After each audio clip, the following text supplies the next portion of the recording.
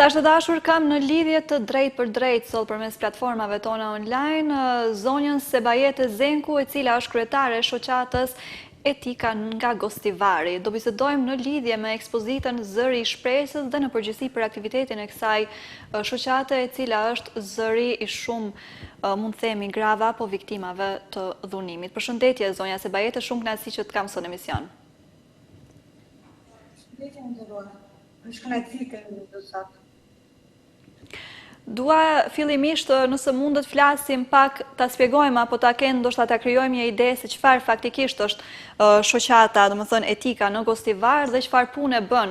Sepse e di që bëni një angazhim, bëni një aktivitete shumë, keni një impakt apo një ndikim në përgjithësi në jetën e shumë njerëzve dhe dua pak a shumë që edhe shikuesit tanë ta krijojnë një ide, domethënë se çfarë faktikisht bëni ju me shoqatën Etika. Etika, Qendra e grave Etika në Gostivar, është një shoqatë e cila merret me të drejtat e grave, e themeluar diku në vitin 2003 dhe në fokus kryesor ka të drejtat e grave, dhunën në familje, barazinë gjinore dhe integrimet gjinore. Në këtë periudhë 20 e sa vjeçare sa ekziston organizata, kemi vërejtur se një nga problemet kyçe në shoqëri përpos tjerave është edhe problemi i dhunës në familje dhe dhunës me bazë gjinore. Kjo na shtyu drejt një hapi tjetër. Morëm iniciativë për hapjen e një strehimorje për gratë viktima të dhunës. Dhe nga viti 2004 ne jemi të licencuara si e vetmja strehimore për përkrahjen e grave të cilat kanë përjetojnë dhunë në familje dhe dhunë me bazë gjinore. Ishte e lehtë, besoj as pak e lehtë, besoj shumë sfida, por është sa do kudo rrugtimi i kësaj strehimore, domethënë që nga fillimi tash e tutje edhe mbajtja, sa efikasiteti i saj. Të hapësh një strehimore është një procedurë shumë e gjatë, një procedurë që kërkon shumë përkushtim, mirë po ne jemi një staf shumë i vendosur në atë që duam ta bëjmë, kështu që edhe pse procedurat për hapjen e një strehimore zgjatën diku afër një vjet, ne nuk u dorëzuam, arritëm të marrim licencën dhe tani besoj jemi të kënaqura që mund të dalim në ndihmë atyre që më së shumti kanë nevojë për ne. Kryesisht, siç e dini, ato janë gra, vajza, fëmijët e tyre që përjetojnë dhunë dhe në fund ju duhet një vend ku ato do mund të strehohen dhe të mund të marrin një farë energjie për të vazhduar jetën përsëri. Të strehohen, ne nuk strehojmë një nënë të vetme, por nëse nëna është me fëmijë, ne mundohemi të strehojmë nënën së bashku me fëmijë. Dhe qëllimi jonë është jo vetëm viktimave që japim kulm mbi kokë. Qëllimi jonë është që në periudhën nëse ata janë te ne, të mund të rehabilitohen dhe të mund të kthehen jetës si të përgatitura. Kur them të rehabilitohen ne në strehimorën tonë, përpos neve që jemi si grup udhëheqës në Etika, kemi të punësuar edhe punëtor social, psikolog, sociolog, të cilët punojnë në orar të plot, ndërsa për nevojat e tyre kemi të angazhuar edhe psihoterapist dhe edhe jurist, vetëm që ne në çdo kush, në çdo mundësi mundohemi të plotësojmë çdo nevojë të tyre. Këto dhe desha t'ju pyesja, se çfarë faktikisht ofron strehimorja, sa personat me këto gra, me fëmijët të tyre qëndrojnë aty, domethënë flasim çfarë lloj ndoshta aktivitetesh, me çfarë mirën, në çfarë procedura kalojnë, po përmend fjalën rehabilitim, përmend edhe punonjësit të gjithë që janë të angazhuar në këtë proces, po ndoshta pak më në detaje apo më saktësisht se si këto gra, le të themi, kthehen apo i rikthehen, më mirë, le të themi, jetës së tyre. Domethënë në këmbët e tyre, domethënë janë gatshme tashmë qoftë për punë, qoftë për plane të tjera, qoftë për të ecur përpara thjesht me ato që ato tashmë duan të bëjnë. Strehimorja jonë për momentin është strehimorja e vetme në regionin e Bollogut, që do në thotë se ne mbulojmë të gjitha 9 komunat e Bollogut. Ndërsa tjetër ne jemi të licencuara vetëm për 8 shtretët, vetëm 8 viktima mund të strehohen të ne. Ai është kapaciteti, është mjaftueshëm, nuk di çka të them për momentin, besoj që në të ardhmen duhet të mendohet edhe për hapësira tjera, qoftë në qytetin tonë, qoftë dikun tjetër, por kur them se punohet në rehabilitimin e grave, të ne ajo që vjen të cekët se të plas nga përvoja deri tani që ne kemi të strukuara, janë gratë të gjitha niveleve, janë të reja, janë gratë të moshuara, janë gratë të shkolluara, të pashkolluara, domethënë dhuna nuk shenë çfarë niveli shoqërorje, e shkolluar apo e pashkolluar, e punësuar apo e papunësuar. Kemi pas të strehuara edhe gratë të punësuara, gratë të cilat kanë një përvojë në jetën e tyre, por kemi edhe nga ata të cilat gjithçka duhet të fillojë nga fillimi. Ndërsa për këto gratë të këtij niveli ne ofrojmë në bazë të interesit të tyre, ne ju ofrojmë trajnime të ndryshme, qoftë kurs për rrobaqepsi, qoftë kurs për floktora, apo diçka për të cilat ato tregojnë interes, me vetëm qëllim që ato dhe është shumë e vërtetë se derisa janë ato te ne mundohemi edhe që të një vend pune, që kur të dalin nga ne të mund të fillojnë jetën nga e para. Ndëgjojmë çdo ditë, besoj lajme të dhunës në familje, ndëgjojmë apo lexojmë, është një fenomen vërtet shqetësues, gjithsesi ju jeni le të themi takoheni ballë për ballë për ditë me këtë fenomen shqetësues, domethënë me këto mund ta quajmë edhe tragjedi. Sa faktikisht është shqetësues le të themi numri i viktimave apo numri i rasteve që kemi? Temi të realta numri është me vërtet shumë i lartë dhe duhet të na shqetëson jo vetëm neve si organizat, po duhet të shqetëson gjithë shoqërisë se çka është duke ndodhur në vendin tonë. Në bazë të statistikave të fundit, vetëm në Maqedoni në vitin 2025 janë të regjistruara 1200 viktima. Ndërsa në anën tjetër kemi informata, jemi të informuar se disa nga këto viktima edhe e përfunduan jetën fatalisht, siç ishte rasti në Shkup. Është e thjeshtë se një numër i viktimave ende nuk e kanë marrë guximin të ngrinë zërin e tyre dhe të kërkojnë ndihmë. Ai numër është jashtëzakonisht i madh, por unë mendoj që këto gra kur e gjejnë hapësirën se apo kur gjejnë mbështetje dikund, edhe ato marrin hatën tjetër, domethënë mundohen të denonzojnë dhunën. Këto gjëra, siç është gjendra jonë, unë mendoj që janë të pakta për shkak se nevoja tregon se këto gra më falni. Po pa merak. Nevoja tregon se këto gra kanë me vërtet nevojë për përkrahje, për edukim të tyre, për motivim të tyre që ato të paraqesin dhunën.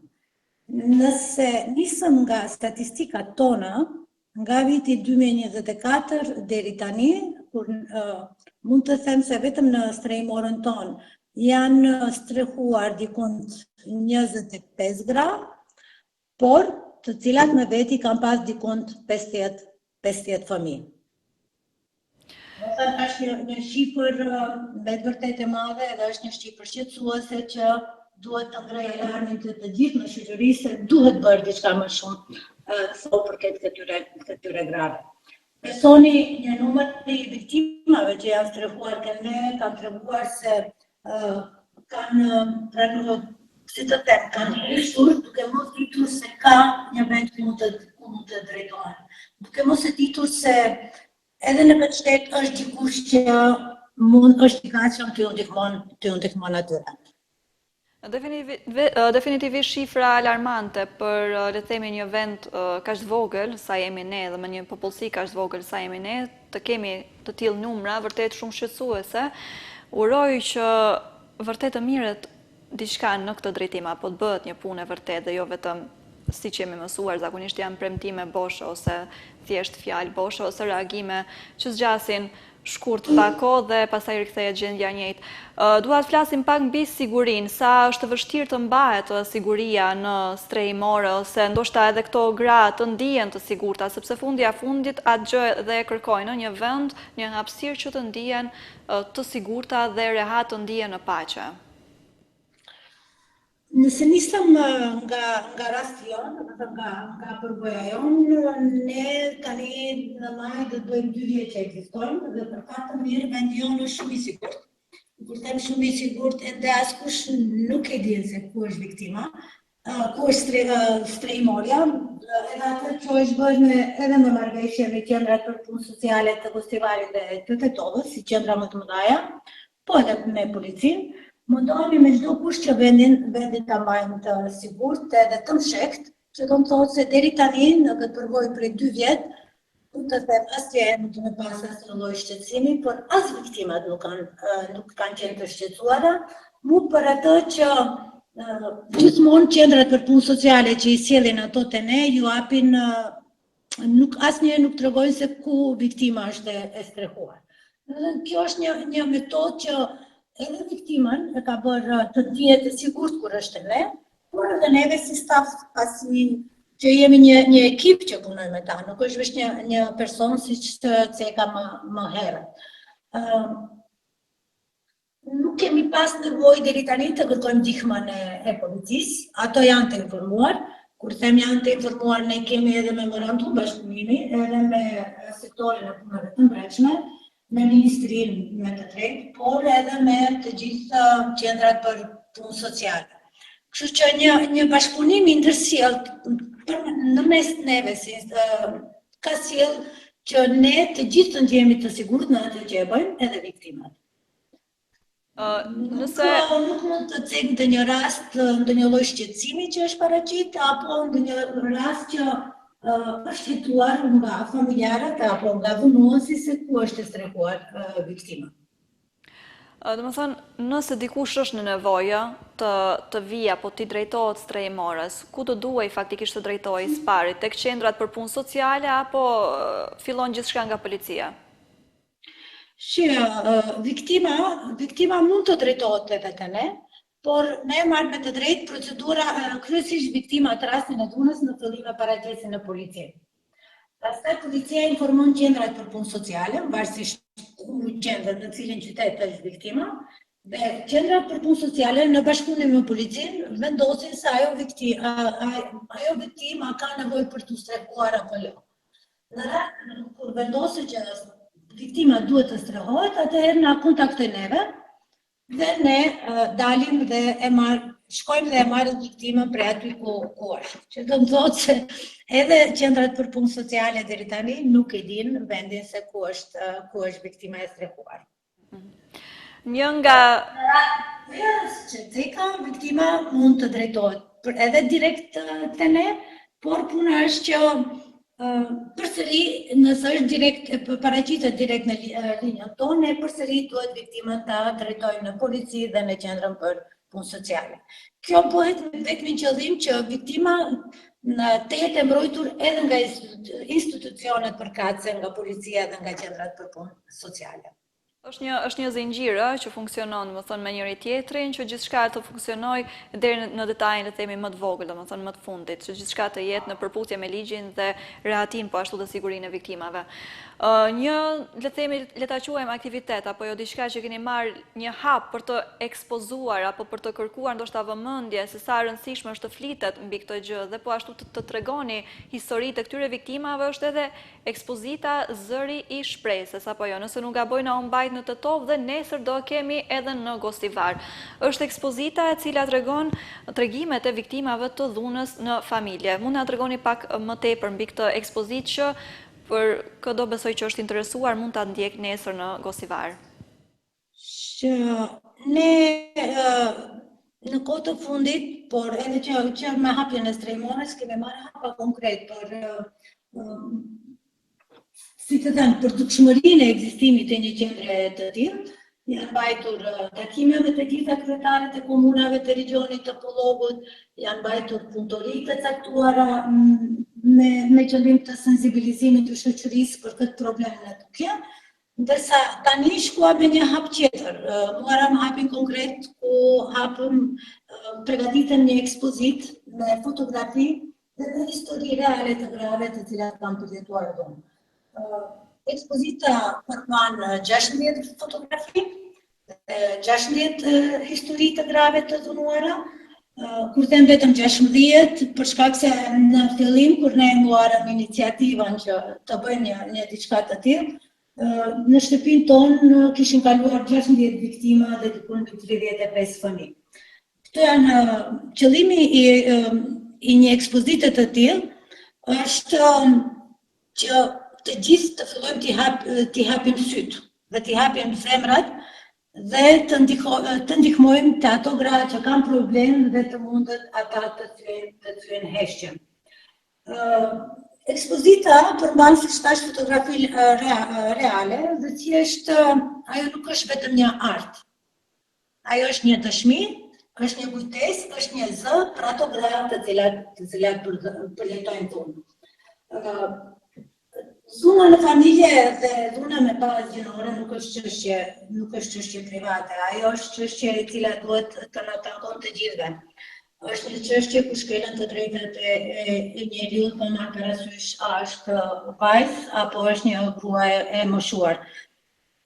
E dim se zakonisht dhuna ndodh në heshtje, ndodh pas dyerve të mbyllura, dhe shoqëria shumë pak di se çfarë ndodh brapa mureve të një shtëpie.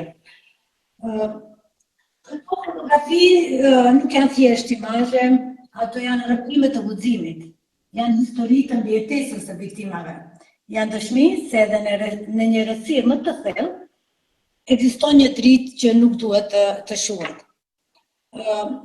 Është për tu artrokitur guximi i grave që pranuan të tregojnë historinë e tyre, me çfarë ato tregojnë një akt të jashtëzakonshëm force që ato përmbajnë.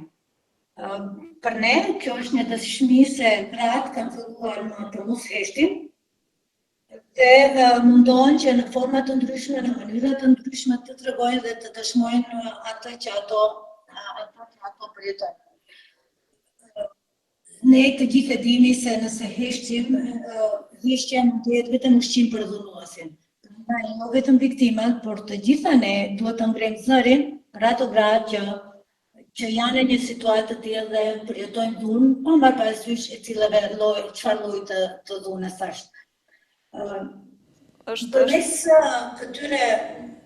kësaj ekspozite, duam të tregojmë se zëri i përbashkët është ai që mund të sjellë ndryshim. Prandaj, përmes ekspozitës ne duam të bëjmë një thirrje që të gjithë së bashku të reflektojmë, të reagojmë dhe të gjithë së bashku të veprojmë. Të ndërtojmë një shoqëri ku asnjë grua nuk do të jeton në frikë, ku dhuna nuk justifikohet dhe nuk relativizohet dhe nuk fshihet. Ku çdo viktim duhet të ndihet e mbrojtur, e dëgjuar dhe e fuqizuar. Domethënë, kjo është qëllimi që ne të çojmë një mesazh të gjithë, edhe të mbrimë edhe deri te ajo grua që nuk kemi arritur të mbrimë deri tani, që ekziston një vend i sigurt, ekziston një vend ku ato mund të strehohen derisa të gjejnë një zgjidhje për jetën e tyre dhe mesazhi kryesor është që asnjë grua nuk meriton të dhunohet. Prandaj edhe nuk duhet të hesht. Asnjë grua, as ne si shoqëri nuk duhet të heshtim, por duhet të jemi fuqia dhe forca atyre grave që kanë nevojë dhe temi për krahja e tyre. Dhe së pari guximi dhe kurajo i këtyre grave që, siç e cekët dhe ju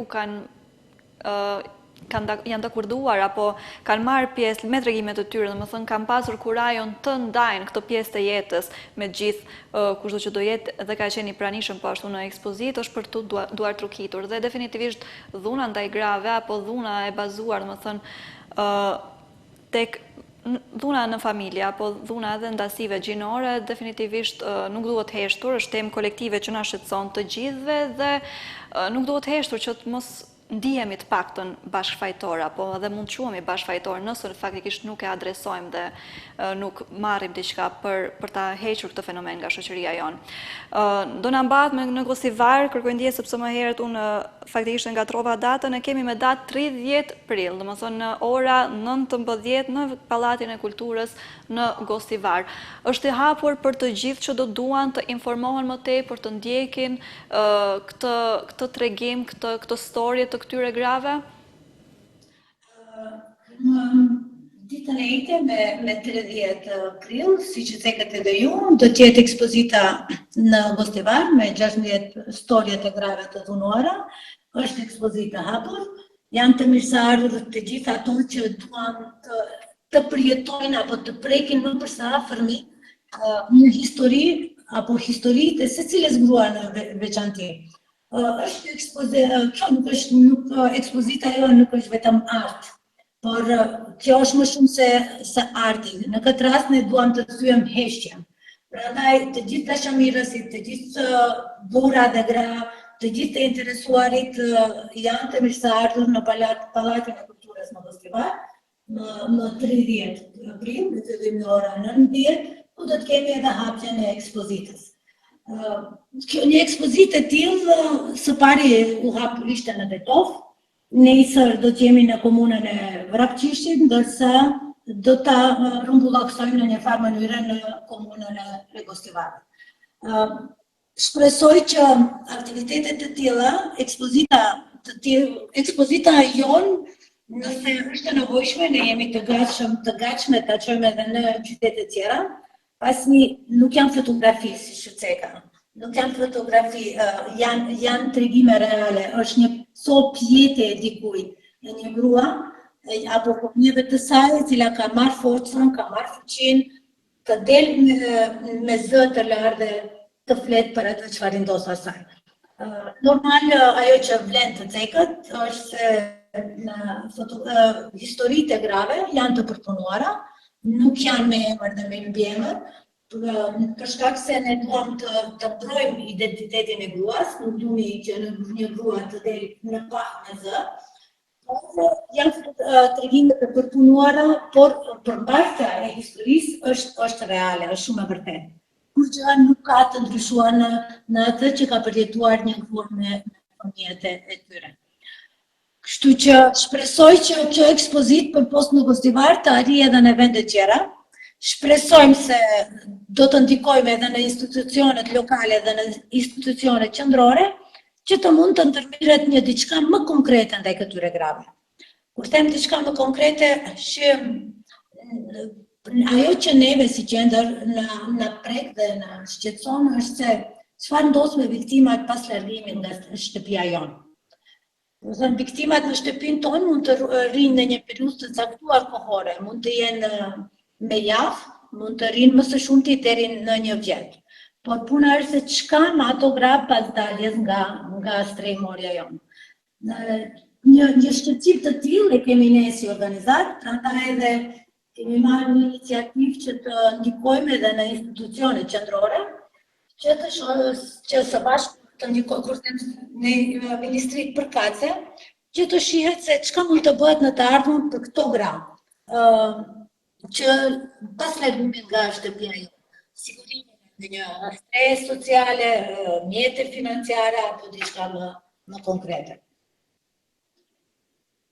Të bisedës, po gjithsesi do doja dija edhe këtë, kemi ndjekur ndonjë storje apo le të themi edhe tutje pas largimit të këtyre grave nga shtëpia, domethënë nga kjo hapësirë e sigurt.